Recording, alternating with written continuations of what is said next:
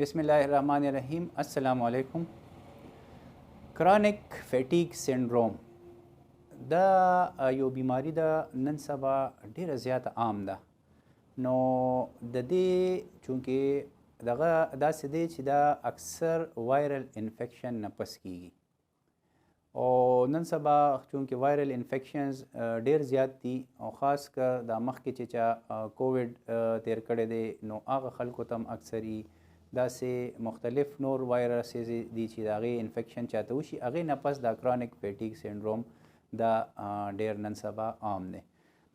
د دې علاماتو کې دی چې یو خو د بیمار دا کمپلینټ چې زما ټول وجود چې دی بس بېدمه دردونه می، او د دې اکثر په لویو کې چې د 4 میاشتو نه زیاته هیسټري، او په وړو کې د 3 میاشتو نه زیاته هیسټري. نو بیا ډاکټر په ذهن کې دا راولي او چې مخکې د داسې بیماري به تېره کړې ده، څه تبه یې تېره کړې وه یا بل داسې څه وایرل انفیکشن و، او بل ورسره دا د کمپلینټس چې دي چې دا د 4 منثس نه زیات دي. دې کې اکثر بیمار چې نو هغه ته داسې لږ غونده کې وایي چې یاره کله را باندې چکر هم راځي او ډېره زیاته کمزوري محسوسوم، او اکثر چې لږ کار وکړم څه کار مار دی وکړي نو بیا د داسې هغه دردونه او وجود ناراستیا داسې ډېره زیاته وي، او اکثر 24 غنټو نه زیات هم چې دی نو واپس هغه ځای له نه راځم. په دې کې داسې هغه ته اکثر داسې سټرس هم ډېري وي، په دماغو مې بوج دی، نور وجود هم خوږېږي. دې نه علاوه داسې چکر راتلل، ورسره داسې هغه ته تبه محسوسیږي، او چاته معده هم ګډه وډی، داسې هغه موږ ورته آی بي ایس وایو، هغه سیمټمز هم چاته وي چې یاره کله سخته شي معده مې، کله نرمه شي، لایټ را باندې بد لګي. نو دا مختلف داسې دغه چې هغه ته دا کمپلینټ سي.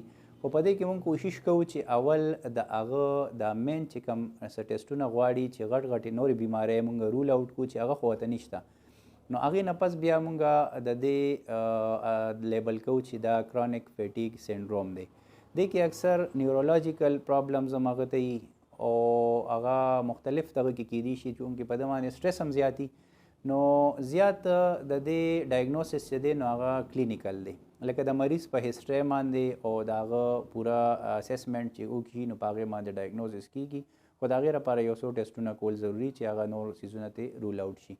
بیا داسې چونکې دا دې کې خبرې ډېرې دي، خو دا ما جنرالي ستاسو د پوهولو لپاره یو څو غټې خبرې وکړې چې دا په دې کې کامن دي.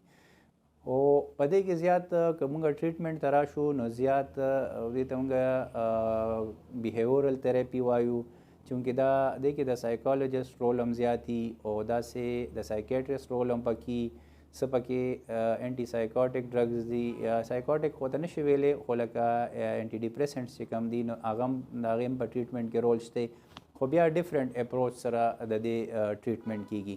خو دا نن سبا ډېر زیات کامن دی چونکې اکثر خلکو دا وایرل انفیکشن تیر کړي، او هغې نه پس هغې ته دا ټول کمپلینټ سي.